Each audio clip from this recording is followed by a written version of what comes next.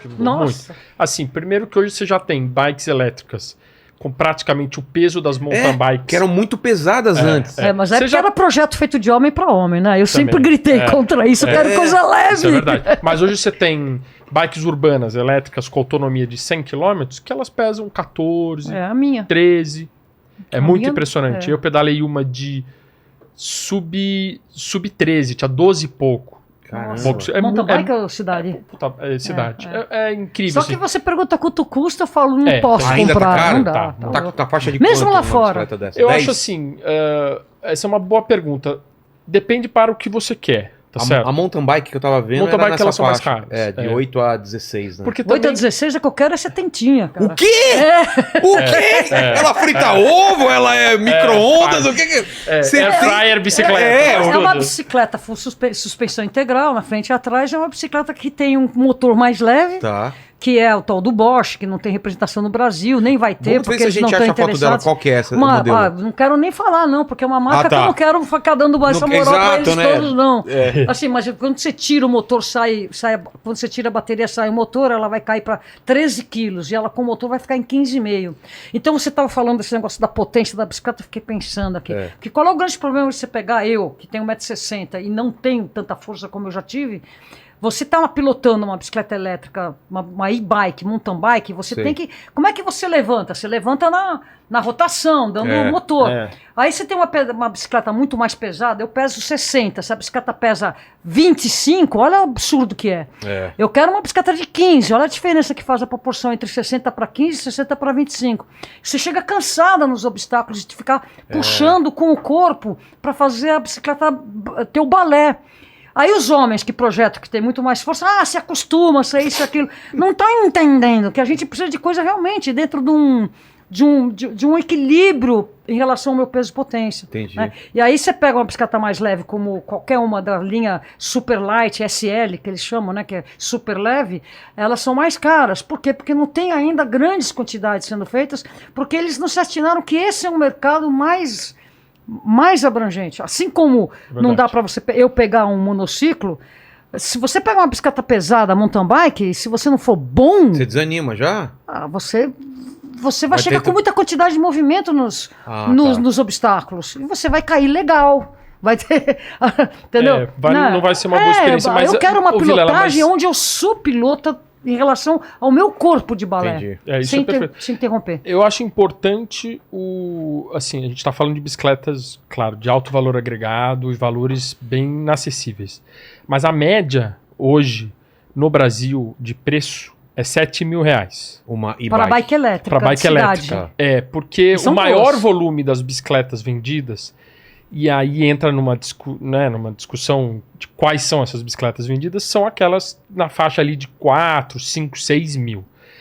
Que tá certo, estão sendo vendidas, estão sendo utilizadas, mas tem todos esses problemas por serem mais baratas. Então você tem economia no componente, que não é tão bom. Você pode ter problema lá na frente de desgaste desses componentes. Bateria também. Às vezes de Bateria, segurança. A bateria, a autonomia vai ser ali na faixa de 20 a 30 quilômetros, que é bem pouco hoje em dia. Mas assim, existe um ambiente urbano que dá para você ter as bicicletas. Que você maneja isso, você resolve. A minha bicicleta elétrica de cidade, ela é muito mais barata. E pesa 15 quilos. E Talvez tem autonomia ela não tenha... de quanto? A autonomia, se eu fizer ela... Então, negócio, daí você entra na bike elétrica, você já toca o dane-se, né? Né? O tal do... Dane-se. Vou gastar a bateria. Já que eu tô aqui, já não... Então, mas se eu for econômica, ela chega a 50. Tá. Mas pode ser mais, mas eu não sou entregadora. Entendi. Entendeu? Para mim dá. Tranquilo, né? E tem mais, quando falta a bateria, ela por ser leve, eu pedalo. Entendi. Tem isso, né? Eu não consigo, não tenho... Porque se a bicicleta for muito pesada, só usando assistência, né? Uber. Uber. É bem por aí. Então, as bicicletas urbanas, você consegue ter uma tecnologia, não precisa ser o motor no jogo central, pode ser o jogo no cubo, que é mais barato, e você tem tecnologia que simula o torque. Tudo isso faz da bicicleta mais agradável, né? Sim, entendi. Mas, Renata, o que mudou na cidade pra quem pedala, da época que você começou até agora? Olha a minha mulher aí. Boa tarde, tudo bem? Vem aqui, dá um oi aqui. Vem aqui, mano. O Márcio tá tentando convencer ela pra ir no monociclo, né? Convence ela, Márcio, pra gente dar rolê de monociclo aí. Eu tô devendo uma consulta, então ela tá. Enquanto eu não for lá, não vai dar certo. Tem ato. Entendeu? Eu vou ter que ir lá. Exato. E aí, tudo bom? E aí, Renato, Assim, o que mudou? dos anos 76 pra cá, que foi quando eu comecei a pedalar. Não tinha nada de ciclovia quase. Não, mas tinham carros mais estreitos, mais leves, sem ar-condicionado, todo mundo com vidro baixo. Não tinha o retrovisor da direita. É verdade! Era luxo ter o retrovisor então da você direita. tinha um olhar assim pro motorista, e quando você olha pro olho do motorista, um pouco contrariando o que você falou, a esmagadora maioria quer respeitar. Tem uma minoria que é um bullying ansioso. Que bom, Renato, que é assim. Mas naquela época, pra você ter uma ideia, vamos pensar um pouco nas datas. Na época do Jânio, quando foi Jânio? 80 e... O Paquito pode ver lá, o Jânio aqui em São 84, Paulo. uma coisa assim. 82 até 85. Por ali. 8 pessoas por dia morriam na cidade. O quê? 8. Então você vê que nós tínhamos, ainda que a cidade estivesse... Não tinha nem as faixas brancas no meio da rua. Sério? Passando sinal vermelho era regra. Beber e sair de carro, ninguém nem questionava. E altas velocidades. Caramba. Assim, na minha geração, eu posso falar vários moleques da minha turma que morreram em colisões de automóveis, que a gente não pode chamar de acidente, né? O cara bebe e sai correndo, vai possivelmente machucar Assumir o risco, ou morrer. Aí eu começo a andar de bicicleta nessa época e realmente a questão da velocidade das pessoas e o sem noção que a hora que pegava. Mas essa pauta ela só começa, ainda entra lá o Maluf, né, nos anos 90, 92, ele faz um planejamento cicloviário da cidade, ele coloca no papel 300 quilômetros de ciclovias, nomeia 150 e fala que as outras 150 seriam em avenidas de fundo de vale de rios, que foi essa constante política pública nossa de asfaltar os rios e botar avenidas de alta velocidade. Desde a década de 90, pela lei já aprovada na época, todas essas avenidas já deveriam estar com ciclovias, pela lei, promulgada pelo próprio Maluf, lei 10.907, 10.908, do Walter Feldman, proclamada em público no Parque do Ibirapuera, estava lá presente com o Maluf e o próprio Walter Feldman. Isso nunca sai do papel, retórica. E aí... o que começou a diminuir? Nessa época, cinto de segurança. Foi Maluf, né? Foi. Cinto de segurança. Que eu lembro que E teve o cigarro, uma discussão, né? Já governador. E cigarro.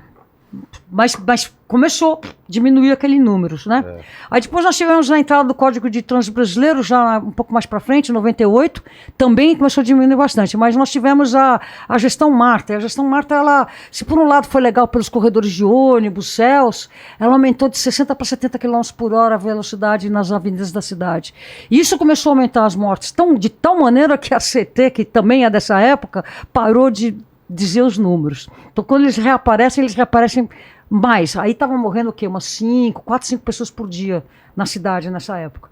Aí nós temos a combinação Kassab, Serra Kassab, não é isso? Depois de Marta, né? Serra Kassab, nós tivemos inclusive o Xandão, que foi o nosso secretário de transportes, nessa época não andou muito, né? Mas no final da gestão, inclusive com a participação do Guti forte nessa época, nós tivemos, no final desse biênio, dessa Serra Kassab, a retomada de um planejamento cicloviário que o Maluf só entregou 20 quilômetros, sendo que 19 era dentro de parques e 3, 4 só fora. Então retoma isso com as ciclovias da Radial Leste, ciclovia do Rio Pinheiros, ciclofaixa de lazer, que o Guti tem uma história por trás disso muito grande, bicicletas compartilhadas.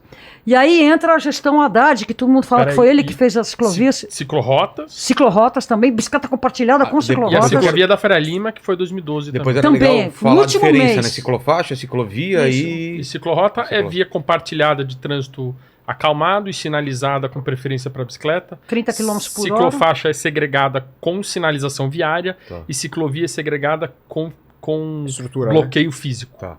Bem por aí mesmo. E aí entra o Haddad, ele pega lá, nas gavetas, abre as gavetas e pega aquele papel mais embaixo das gavetas. Sei que tá lá, todo mundo deixava lá embaixo. Puxa no planejamento cicloviário lá da época do Maluf, né? E aí começa a desenvolver a partir daí e cria-se a CTB, que é a Câmara Temática da Bicicleta, que é um órgão de negociação com ciclistas de toda a região da cidade eleitos para estar lá, tudo em uma ampla negociação. Então, de lá